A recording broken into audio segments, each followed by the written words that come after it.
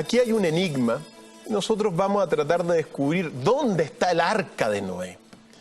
Antes de entrar en los pasajes, recordemos que la tradición del diluvio universal y de un arca también está en la tradición mapuche. Recordemos, Jean-Philippe, toda la tradición de Cai Vilú y Tren Tren Vilú, que son estos hijos de los pillanes que pelean. Al pelear, Cai Vilú, que era del mar, empieza a mover su cola y genera un diluvio de proporciones cataclísmicas en nuestro país que va generando toda la, digamos, toda la costa y toda la geografía que hoy día nosotros conocemos. Pues bien, una vez que Cai Vilú termina la pelea con Tren Tren Vilú, que son las dos serpientes, Cai Vilú del mar le da el poder al Millalobo, el gran guardián. ¿Ya? Y bueno, y crean el Caleuche. Y el Caleuche viene a ser el arca de Noé en la versión mapuche. ¿Y esto es similar? ¿En varias culturas existen términos comunes en base a un arca de Noé? Por ejemplo, efectivamente, pero ya tenemos, por ejemplo, la tradición mapuche. ¿Ya? Eso es fundamental. La tradición mapuche habla del diluvio presente, habla del arca, que en el fondo es el Caleuche presente, pero también los tienen los hindúes antiguos. La civilización hindú también habla de un diluvio. Estamos hablando de la India antigua. Ahí se narra que Manú, el gran legislador, de donde viene la palabra manual, viene del legislador indio Manú. Pues bien, el legislador indio Manú cuenta la tradición brevemente, recuerda, que hay una gran tormenta y que es salvado en un arca también Manú, este legislador indio antiguo. Por lo tanto, también está el registro del diluvio, está el registro del arca en la India antigua. Los mayas también tienen registrado esa tradición.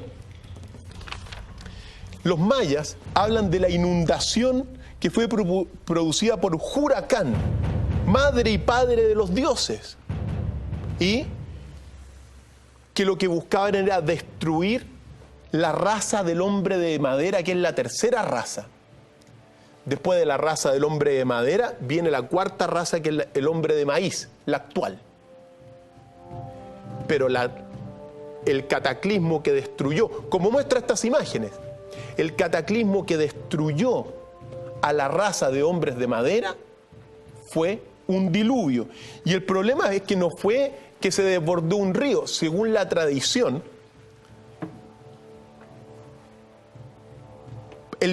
digamos, padre y madre de los dioses, que era Huracán, los destruyó y envió un diluvio prácticamente desde el mismo centro del universo.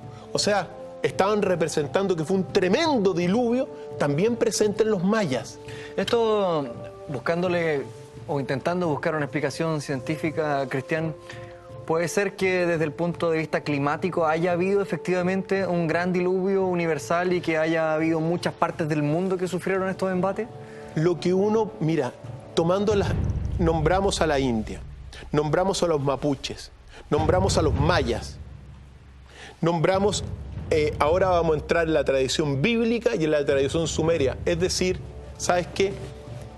La gran mayoría de las grandes religiones de la tierra y de los grandes mitos de la tierra hablan que hubo un diluvio. Unos les dan una interpretación, otros otras. Pero claro, puede ser que en el fondo hoy día mismo hay un diluvio en Italia. Hay gente que está negada y esto puede haber pasado anteriormente y le dieron ellos un carácter más dramático, más poético. Mira, sí. Ahora, ¿qué es lo que sucede, Jean-Philippe? Que en realidad, si uno toma todas las tradiciones religiosas, uno puede decir que efectivamente en algún momento de la vida de la humanidad, un gran cataclismo universal afectó muchas partes de la Tierra.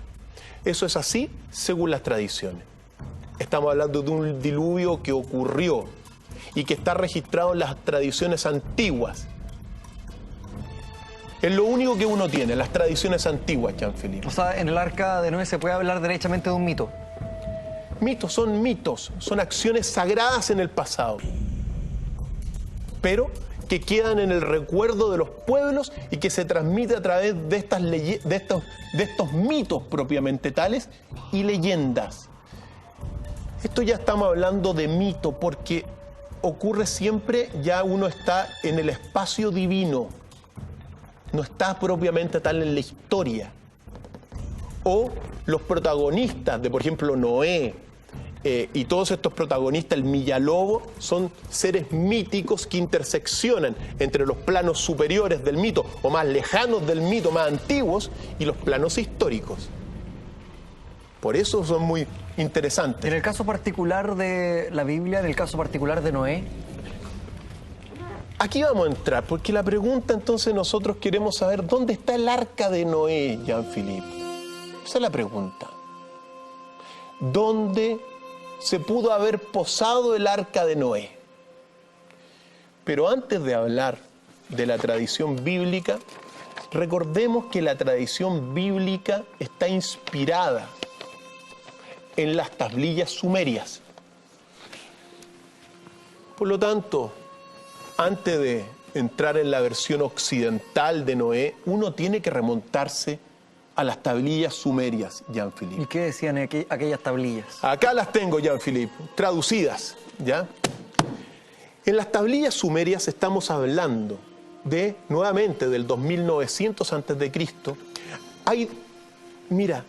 Uno encuentra tradiciones que hablan de el jardín del Edén, de la leyenda de Adapa. Estamos hablando Sumeria, Mesopotamia, actual Irak, ¿ya? 2900 años antes de Cristo. En lo particular hay dos pasajes y dos tablillas, que una se llama la epopeya de Gilgamesh. Gilgamesh era un rey de la ciudad de Churupak, que reinaba y que en un momento dado, según lo que narra la epopeya de Gilgamesh, este rey quiso ir a buscar el secreto de la inmortalidad, de la eterna juventud. Y según la tradición partió desde Churupak, que era una ciudad de las ciudades de Sumeria, y parte y se encuentra con un personaje que se llama Utanapishtim. Utanapishtim, según las tablillas sumerias, era el Noé babilónico, el Noé sumerio. Y Utanapishtim le cuenta al rey Gilgamesh cómo él logró la inmortalidad. Y la historia es la siguiente, y dice lo siguiente: en una época lejana, cuando estos son traducciones de las tablillas. De las tablillas, y que saquen las conclusiones los que quieran. En una época muy lejana, cuando los dioses habitaban Churupak, nuevamente los dioses en la tierra, decidieron exterminar a la población, a la humanidad, ahogándola en una inmensa inundación. Pero un dios que es el dios Enki o Ea Enki se apiadó de Utanapishtim, porque Utanapishtim era un hombre de buen corazón, de corazón limpio. Y hablándole a través de las paredes de su choza de cañas, le dio la orden de destruir su casa y de construir un gran barco y embarcar a todas las especies vivientes. Jean-Philippe, estoy leyendo textualmente las tablillas. Claro, hay una similitud enorme con lo que dice la Biblia. Nosotros lo dijimos. La Biblia, el origen de la Biblia, el Antiguo Testamento, fundamental. Del Antiguo Testamento, tiene sus grandes inspiraciones en las tablillas sumerias. Al día siguiente, toda la población se puso manos a la obra y pronto construyó un enorme barco de 7 puentes para acoger junto a sus riquezas, su familia, sus obreros y los animales salvajes. Cuando el tiempo se hizo temible, cuenta la tablilla, cuando el tiempo se hizo temible, este Utanapishtim entró en su barca y textualmente, con el primer resplandor del día, una nube negra se elevó por encima del horizonte, anunciando la más terrible tempestad de viento, lluvias, rayos y truenos que jamás haya conocido el hombre. Los diques se rompieron y la tierra quedó sumida en tinieblas. Los dioses se agazaparon como los perros puestos en cuclillas contra la muralla. Ishtar gritaba, Ishtar era la madre de la humanidad. Durante 6 días y 6 noches sopló el viento y la tempestad barrió la tierra. El 7º día se calmaron los elementos. Utanapishtim abrió un pórtico y también lloró. Toda la humanidad se había convertido en arcilla y del paisaje tan liso como un plato únicamente emergía el monte Nisir. Ahí está. ¿Cuál es el monte Nisir? Ahí está, el monte de la salvación. Jean-Philippe, esta es la única foto que yo tengo del monte Nisir, para que toda la gente en su casa lo conozca. Según la tradición sumeria, este es el lugar donde se posó el arca de Utanapishtim, el Noé babilónico, el Noé sumerio, el Noé prebíblico. Fantástico, Jean-Philippe. Son grandes descubrimientos. Esta montaña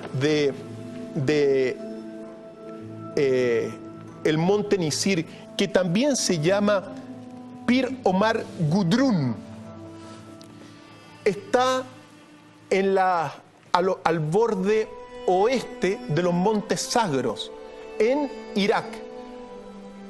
A 90 kilómetros al este de Kirkuk, que es una gran ciudad, y muy cerca de Solimania.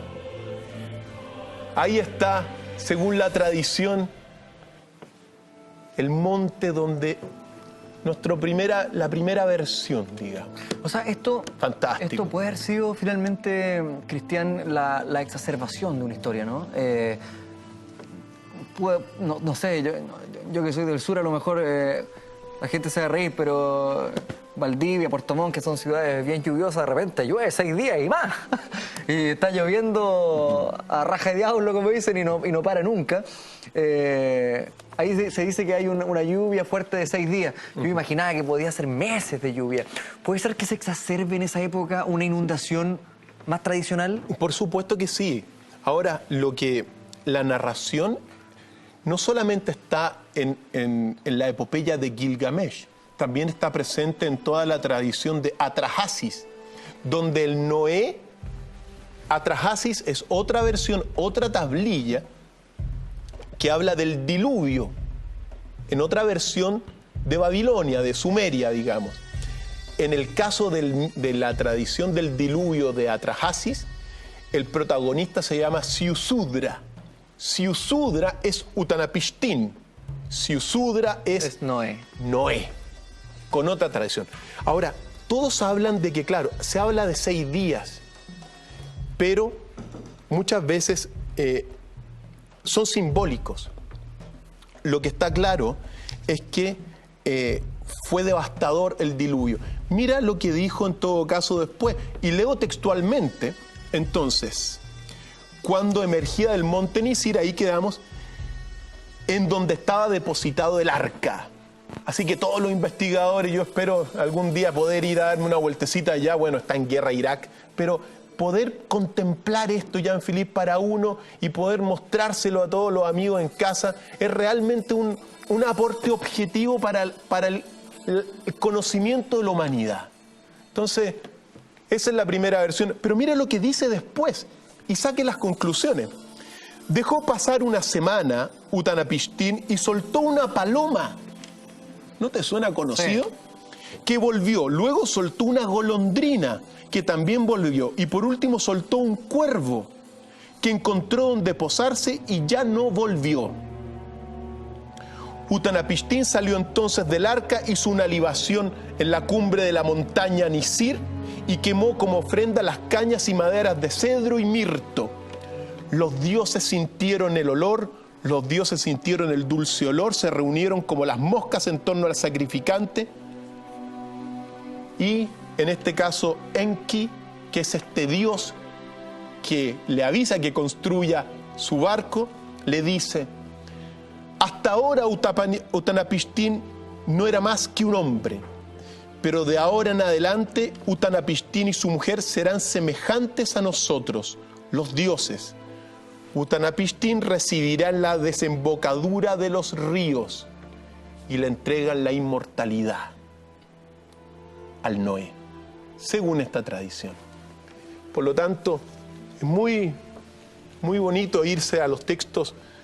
Quizá en la medida que uno va más en el pasado, Jean-Philippe, más comprende el futuro, o sea, el presente, y más puede proyectar el futuro. Son guiones parecidos, ¿eh? entre los sumerios y la Biblia tradicional, digamos. Hemos leído, por lo tanto, eso. Si quieres, podemos entrar ahora en la tradición bíblica. Eso te iba a preguntar, sí. Las similitudes que puedan, o sea, si nos sumergimos dentro de la tradición bíblica, ¿con qué otras grandes similitudes o bien diferencias nos encontramos? Mira, la narración bíblica, mira, lo que acabamos de leer es la tradición sumeria. Mira, cuando esto se presentó en Londres, estas traducciones, imagínate el impacto de la comunidad científica mundial, de la comunidad religiosa mundial, cuando encuentran tablillas del 2900 a.C., que hablan de una tradición que está escrita en la Biblia posteriormente. Claro. Es un impacto mundial eso. Pero la tradición de Noé es similar. ¿Qué nos dice esta tradición de Noé, como todos la recordamos y la conocemos, o la mayoría? Que después del jardín del Edén, del episodio del jardín del Edén, los hombres comenzaron a crecer en número y nacieron muchos hijos. Los dioses que habitaban la tierra se fijaron que las mujeres de los hombres eran muy hermosas y se comenzaron a multiplicar con las mujeres. Eran tiempos donde los Nefilim o los gigantes habitaban la tierra. Y sucede que en esta mezcla entre hombres, dioses, con las mujeres, comienza a crecer mucho la población.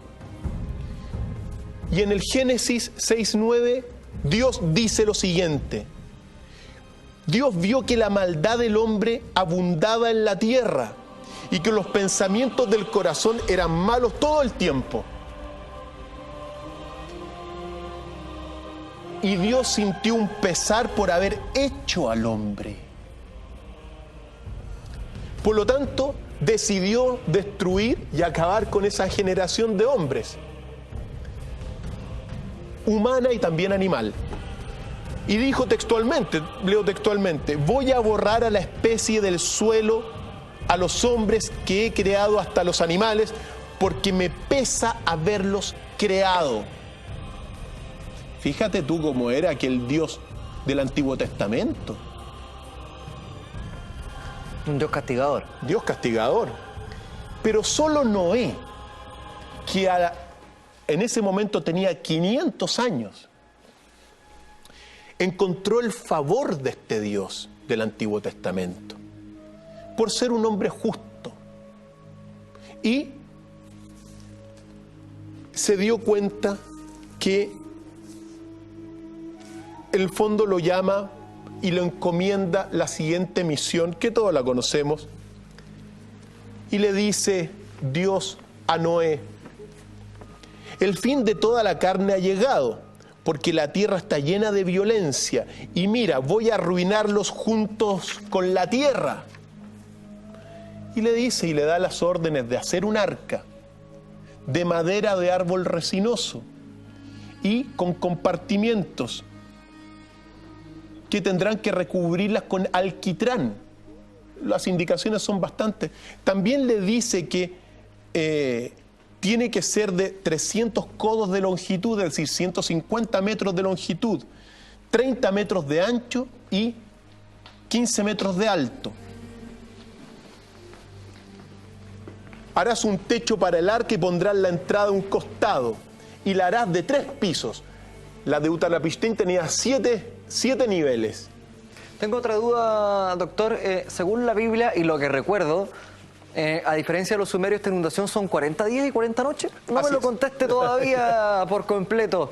Estamos junto a doctor Fader Cristian Contreras analizando los misterios que rodean el arca de Noé. Te hacía la pregunta, quizás una de las grandes diferencias entre las tablillas sumerias y el arca Noé de la tradición bíblica son los días. Acá se habla de 40 días y 40 noches. Así es. Se habla efectivamente de lo que tú dijiste. Ahora, Dios establece este pacto con Noé y, bueno, una vez que se detona todo el diluvio, él entra con sus 3 hijos, su esposa, las esposas de sus 3 hijos y 2 ejemplares de cada animal, según la tradición. Y inmediatamente hizo llover durante 40 días y 40 noches. Le dio 7 días para entrar, ojo, le dio 7 días para entrar al arca, finalmente, y se detona el diluvio que todos conocemos. Según Génesis 8:4, dice lo siguiente: después de estos 40 días, y en el 7º mes, en el día 17 del mes, el arca llegó a descansar sobre las montañas de Ararat. Ahí nos quedamos. Parecido a lo anterior, ¿no? Con, ¿cómo se llama? Nisir. Monte Nisir, el monte de la salvación. Este es el Ararat.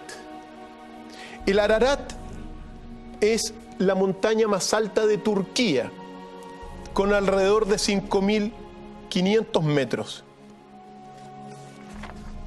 Según la tradición bíblica y según el texto, el arca de Noé se posó sobre el monte Ararat, que está ahora y que es un monte, el monte más alto de Turquía, en la frontera con Armenia, que es este que está acá.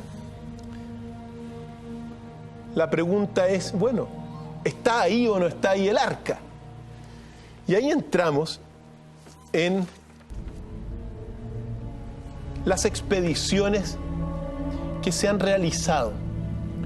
Mira, en 1916, por ejemplo, Vladimir Roskovitsky, que era un explorador ruso, dijo, o sea, fue al monte Ararat y dijo que halló y aseguró que halló a los 4.000 metros una embarcación semejante al barco que está escrito en la antigua tradición bíblica.